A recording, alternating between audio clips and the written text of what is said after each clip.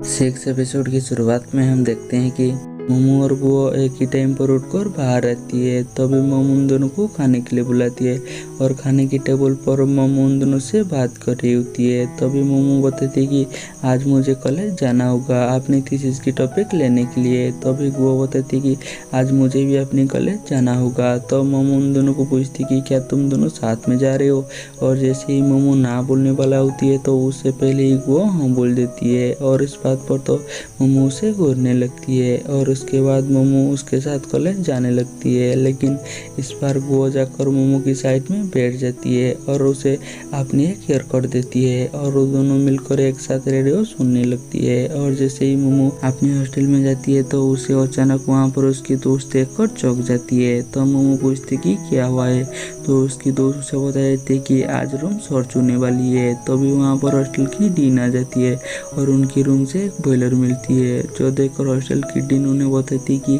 ये जिसका भी है वो ग्रेजुएशन के बाद आकर ले जाना बोलकर उसे लेकर यहाँ से चली जाती है। और उसके बाद मोमो अपनी थीसिस की टॉपिक लेकर वापस आ जाती है और दूसरी तरह मोमो को लेने के लिए जा रही होती है। तो उन्हें रास्ते से पुप्पे मिल जाती है, लेकिन मोमो पुप्पे को पहचान नहीं पाते। तो पुप्पे बताती है कि मैं मोमो की दोस्त हूँ, फिर भी मोमो पुप्पे को पहचान नहीं पाती। तभी वहाँ पर मोमो आ जाती है और मोमो जैसे ही पुप्पे को देखती है तो वो तो बहुत ही ज़्यादा उदास हो जाती है। तभी मोम जाकर मोमो को लेकर यहाँ से चली जाती है। तभी हमें पता चलती है कि मोमो असल में पुप्पे को पहचानते हैं, लेकिन वो किसी बात को लेकर पुप्पे के ऊपर नाराज है।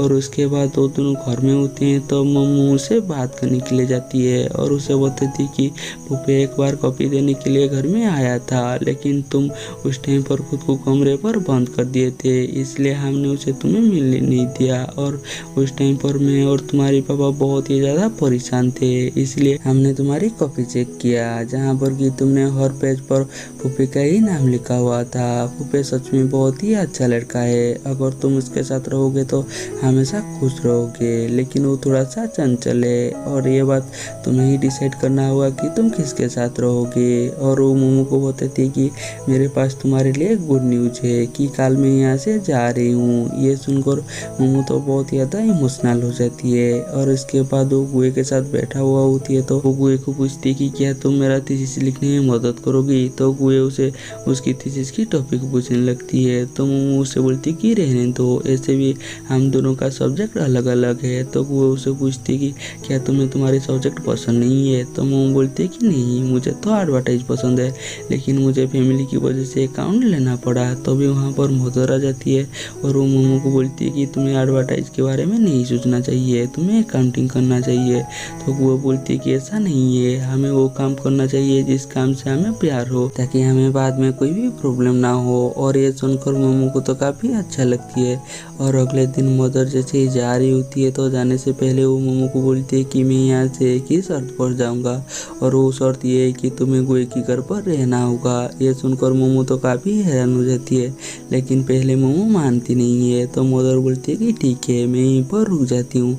और क्योंकि मोमो कैसे भी करके मदर को भेजना चाहते हैं इसलिए वो मान जाती है। तो मदर उसे कॉन्ट्रैक्ट देती है और उसे साइन करने के लिए बोलती है। और यहाँ पर मोमो जैसे ही साइन करती है तो मदर यहाँ से चली जाती है। और जैसे ही मदर यहाँ से चली जाती है तो वो फटाक से अपनी सामान को पैक करती है और वो भी यहाँ से चली जाती है। और वो को मैसेज कर देती है कि मैं तुम्हारी घर से चली गई और इतने दिनों तक तुमने जो मेरी मदद की उसके लिए उसे थैंक्स भी बोली होती है। और गुए जैसे ही मैसेज देखती है कि मोमो घर से चली गई तो उसे बिल्कुल भी अच्छा नहीं लगता। और दूसरी तरह मोमो की लाइफ पहले जैसे हो जाती है, जिसमें उसे पूरा दिन भर काम करना पड़ता और उसके बाद खाने के लिए सही से टाइम भी नहीं होता।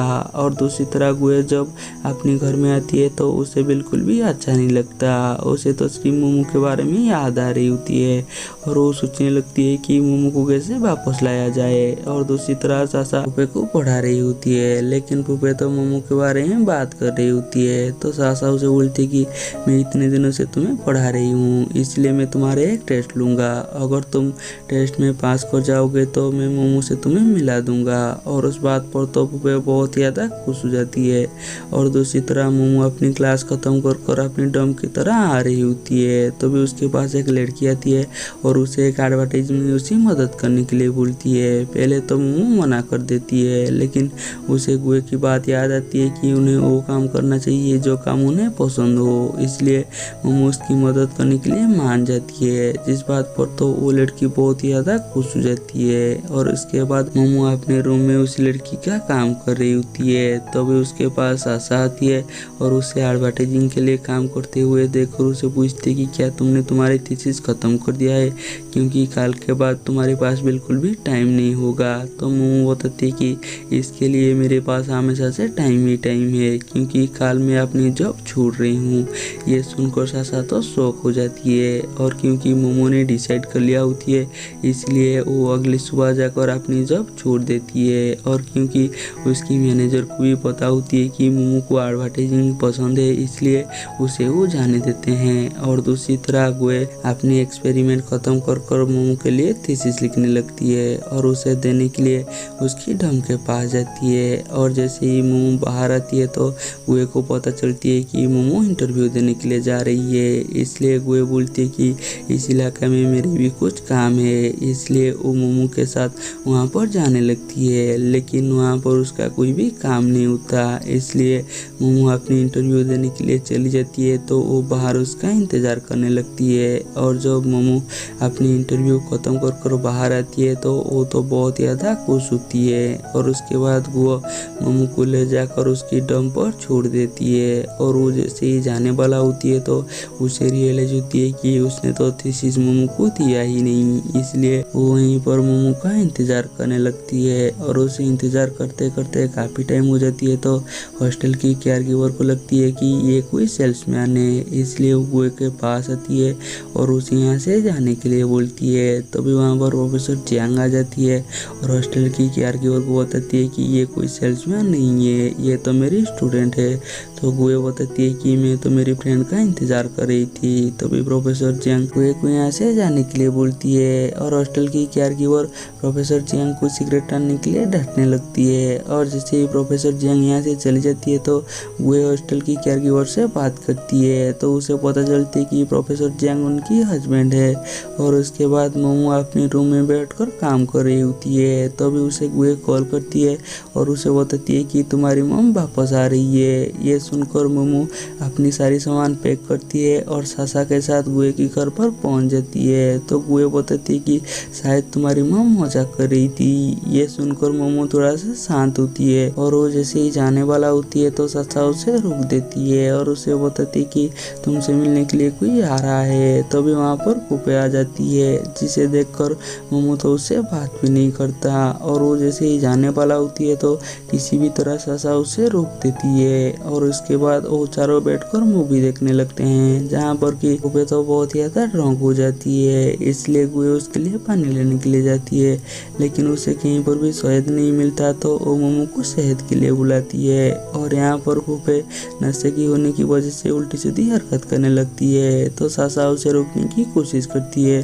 लेकिन फूफे को सासा के अंदर मुंह दिखाई देती है, इसलिए वो सासा के करीब होने लगती है। तभी हमें फ्लैशबैक में एक सीन दिखाई देती है जहाँ पर कि मोमो की मम ने वही कॉन्ट्रैक्ट गुए को भेज दिया था और गुए भी चाहता था कि मोमो इस घर में वापस आ जाए, इसलिए उसने मोमो को झूठ बोला था। और यहीं पर हमारी एपिसोड खत्म हो जाती है। हम मिलेंगे जल्दी नेक्स्ट एपिसोड में।